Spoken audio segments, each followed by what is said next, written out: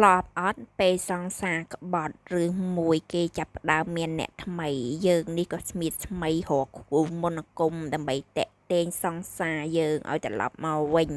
តែកុំគិតថាធ្វើឲ្យចំណេញជាពិសេសរឿងមន្តអាគមខ្មៅចាស់តែបដៅថាកុំយកខ្លួនបៀតបើតាមខ្មែរយើងតែយើងផ្លត់ឈ្នៀតមន្តអាគមខ្មៅនោះនឹងវិលមករកយើងវិញដោយតែចាភឹមចឹងចាភឹមលែញញឹមចេញហើយដោយសារតែតាក់តងសង្សារ2-3ថ្ងៃឲ្យតាក់តងអត់បានសោះពេលតាក់តងអាបងហុងចើមអត់បាន2-3ថ្ងៃចែភឹមចាប់ដើមសង្ស័យហើយសោកសៅបើនិយាយមកនិយាយទៅចែភឹមបានជាយាមធ្វើគ្រប់យ៉ាងហើយដើម្បីរក្សាទុកអាបងហុងចើមកំពុងតែវាក់ចិត្តឆាប់អីក៏លឺសំឡេងសំណប់ចិត្តហុងចើមហៅថាភឹមភឹមមុខកត់ពោពេញទៅឆ្នាមញឹមអួយឆោះឆ្អាតឆ្លាតសង្ហាអញ្ចឹងតើបានចែភឹមមិនចង់បាត់បង់អាបងហុងចើមចែភឹមក៏វែងចើមដាក់បងហុងចើមហើយទៅអង្គុយចិត្តធ្វើអៀនភៀននិយាយរួមថេកអពេលផោល្អវិលមកជួបវិញចែភឹមញឹមព្រួយចេញថ្មិញឆាប់អីហុងចើមវិញក៏ពលឺសម្ដីថាបងត្រូវទៅឆោកដើម្បីរៀបការជាមួយឆៃងាដែលមេដាបៃតាបងហើឲ្យដូច្នេះហើយបងមកទីនេះដើម្បីយកអីវ៉ាន់គ្រាន់តែលឺបែបនេះចែភឹមផន់ភាំងភ្លេចភ្លាំងស្មារតីដោយសារតែសង្សារថ្លៃនឹងសម្រេចចិត្តរៀបការតាមមេដាបៃតាដោយមិនដឹងថាធ្វើយ៉ាងណាព្រោះអីចិត្តនៅត្រូវការផៅហុងចើមចឹងហើយក៏មានចិត្តចង់ដណ្ដើមផៅហុងចើមមកឲ្យប្រសើបវិញចែភឹមកាន់តែតោមណេញពេលឃើញហុងចើមយកកៅអៅហើយដើរចេញនាងមិនអាចថមបានយូរក៏លើកទូរស័ព្ទវូទេទៅគ្រូមន្តអាគមការពិតពីមុនចែភឹមក៏ធ្លាប់ប្រើមន្តអាគមដើម្បីតាក់ទាញហុងចើមដែរតែដោយអំណាចស្នេហ៍មិនអាចស្ថិតស្ថេរបានយូរក៏ទេទៅគ្រូមន្តអាគមបន្ថែមទៀតគ្រូមន្តអាគមក៏ឆ្លៀតនិយាយថាអាតុក្កតាដែលខ្ញុំឲ្យនឹងខ្ញុំអាចធ្វើឲ្យមានមហិទ្ធិឫទ្ធិកាន់តែខ្លាំងចែភឹមឆ្លើយផាំងធ្វើអីធ្វើទៅខ្ញុំអាចធ្វើបានទាំងអស់ដើម្បីទុកហុងចើមឲ្យនៅជាមួយខ្ញុំទោះបីស្នេហាបែបនេះគេហៅថាស្នេហាបែបបង្ខំតែចែភឹមខ្ញុំនឹងនៅតែព្យាយាមធ្វើកាលពីមុនហ្នឹងក៏ធ្លាប់ដាក់ស្នេហ៍ហុងចើមម្ដងហើយតែពេលនៅមិនបានប្រមាណហុងចើមក៏អស់ចិត្តសម្រេចចិត្តទៅរៀបការជាមួយអ្នកដតីឥឡូវចែភឹមក៏ស្មៀតស្មៃធ្វើស្នេហ៍ដាក់ហុងចើមម្ដងទៀតគាត់ក៏យកតុក្កតាដែលគ្រូមន្តអាគមធ្លាប់ឲ្យគាត់នឹងទៅធ្វើពិធីសូត្រមន្តអាគមវក់វីមិនដឹងថាសូត្រអីទេអាការសូត្រហ្នឹងគឺគាត់ចេះមកពីគ្រូខ្មុំរឿងហាវដែលគាត់ធ្វើសពគ្រប់នឹងគឺដើម្បីទុកហុងចើមឲ្យនៅជាមួយគាត់អស់មួយជីវិតតែគាត់អត់បានគិតទេថាអាស្នេហាបែបបខំបខិតនឹងវានៅអត់បានយូរពេលនេះដើម្បីឲ្យវេទមន្តកាន់តែខ្លាំងគឺគាត់ត្រូវប្រើឈាមគាត់ក៏ខំរៀមឲ្យចេញឈាមហើយយកទៅដាក់មាត់តុក្កតា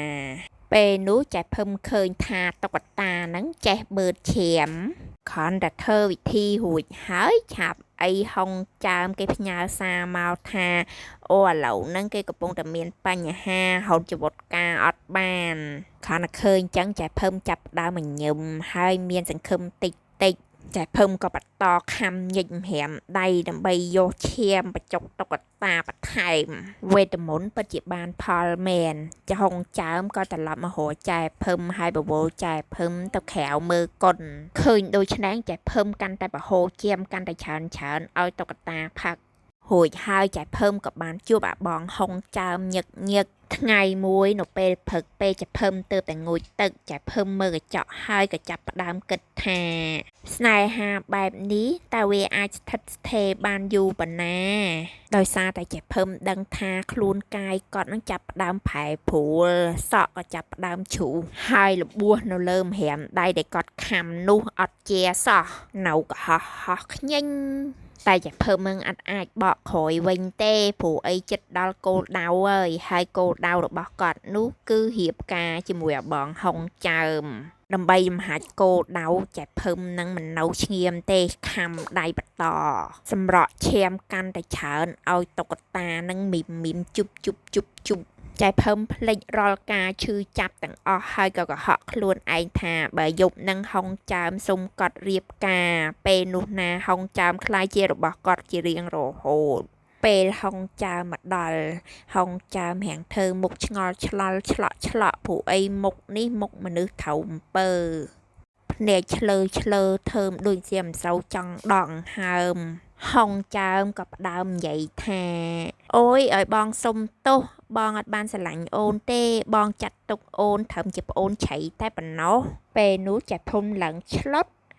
មិនទៅជាអញ្ចឹងវាមិនសមអញ្ចឹងទេព្រោះអីស្នេហ៍ដែលខ្ញុំដាក់នោះច្រើនណាស់មិនវេទមន្តនឹងធ្វើការផ្ដេសផ្ដាស់បែបហ្នឹងចែភឹមបានតែសម្លឹងពេលហុងចើមបកខ្នងដាក់ហើយដើរចេញពេលមកដល់ផ្ទះវិញនឹងចែភឹមក៏យកតុក្កតាចេញ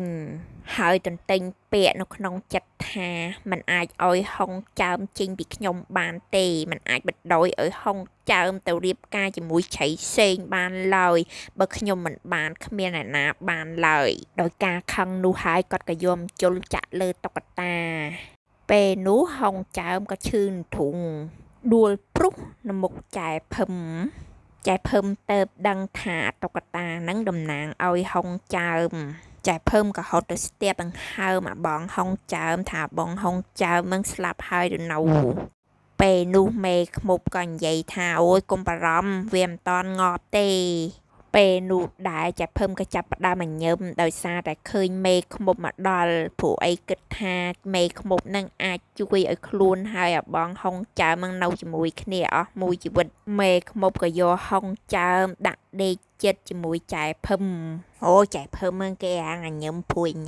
យចាព្រោះអីមេខ្មុំបានមកជួយដល់ផ្ដាល់កុំឆ្ងល់ណាវិធីសាស្ត្រគេធ្វើនឹងវាអត់ដូចខ្មែរយើងទេមេខ្មុំបានយកអានេលកាមានខ្សែដាក់ឲ្យយកមកតឹងនឹ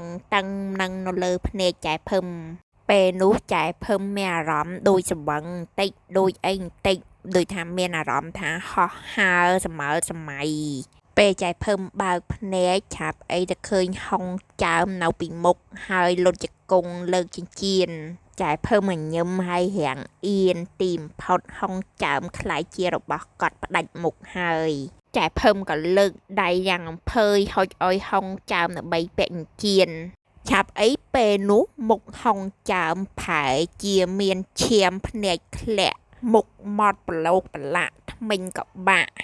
ផែបែកចេញខួរអូយគួរឲ្យខ្លាចចែភើមក៏ឆែកចាយមិនដឹងថាធ្វើអាម៉េចហួយហើយក៏ថ្មិចភ្នែកបានមកផ្លែទៅដឹងថានេះខំជាការសម័យរបស់ខ្លួនតែប៉ុណ្ណោះពេលនោះចែភើមក៏បើកភ្នែកម្ដងទៀតលើកនេះដូចជាការពិតដែលចែភើមនឹងឈរនៅចិត្តផ្លូវមួយហើយឃើញឡានរបស់ហុងចាមបើករេទៅរេមកដោយហុងចាមនឹងកំពុងតែឆែកឆោលឡើងនៅក្នុងឡានដោយក្តីឈឺចាប់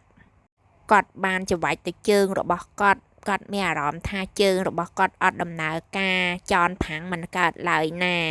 ពេលនោះចែភឹមដឹងហើយថានេះគ្រាន់តែជាអន្ទាក់របស់មេខ្មុំធ្វើឲ្យគាត់ងប់នឹងមន្តអាគមក្រោយមកឡានរបស់ហុងចើមក៏ទៅបុកដើមឈើចិត្តចែភឹមស្ទើរតែផេះបែកដោយសារឃើញនឹងភ្នែកមនុស្សដែលខ្លួនស្រឡាញ់ស្លាប់នៅមុខដោយសារតែខ្លួនឯងដោយអារម្មណ៍សែនចម្បែងពិបាកទទួលយកពេលនោះហើយមេខ្មុំមានឱកាសប្រើរាងកាយចែភឹមដោយបដូរវិញ្ញាណចែភឹមនឹងចូលទៅក្នុងតុក្កតាវេទមន្តកាលពីមុនមេខ្មុំដឹងថាចែភឹមលោភលន់ចង់បានហុងចើមទាំងហុងចើមអត់ស្រឡាញ់ខ្លួនទៅហៀបក្បួនឲ្យចែភឹមប្រើមន្តអាគមប្រើឈាមខ្លួនឯងតក់ទៅក្នុងតុក្កតាពេលឃើញថាចែភឹមចាប់ផ្ដើមទុនសោយដោយឃើញមនុស្សដែលខ្លួនស្រឡាញ់ស្លាប់នៅនឹងមុខមេខ្មុំក៏សម្រុកបដូរវិញ្ញាណយករាងកាយចែភឹមមកប្រើផាហើយពិតណាស់គេក៏បដូរវិញ្ញាណចែភឹមឲ្យចូលក្នុងតុក្កតាវេទមន្តម្ចាស់នោះរឿងនេះបានបរៀនយើងថាកុំប្រាថ្នាអ្វីដែលមិនមែនជារបស់យើងដោយចែភឹមយើងទៅរកមេខ្មុំដើម្បីដាក់ស្នេហ៍ប្រោសជាទីស្រឡាញ់តែបានមកវិញបានឱកាសឈឺចាប់បុរសដែលចែភឹមស្រឡាញ់ក៏ស្លាប់ការឈឺចាប់ធ្វើឲ្យចិត្តរបស់ចែភឹមទុនសោយបដ ாய் ឲ្យមុនខ្មៅខោនដប់ ពេលនេះចាប់សពគ្រប់មេឃមុបយកខ្លួនកាយចែភឹមមកផើផាហើយក៏ផ្លាស់វិញ្ញាណចែភឹមឲ្យទៅនៅក្នុងតុក្កតាដែលចែភឹមធ្លាប់បតក់ឈាមពីលើមេឃមុបក៏និយាយថាអរគុណសម្រាប់រូបរាងកាយដ៏ស្រស់ស្អាតព្រោះតែផុសស្អាតម្នាក់ទើបធ្វើឲ្យខ្ញុំទទួលបានរាងកាយនេះអ្នកអាចនៅទីនេះសម្រាប់តាមចិត្តចាស់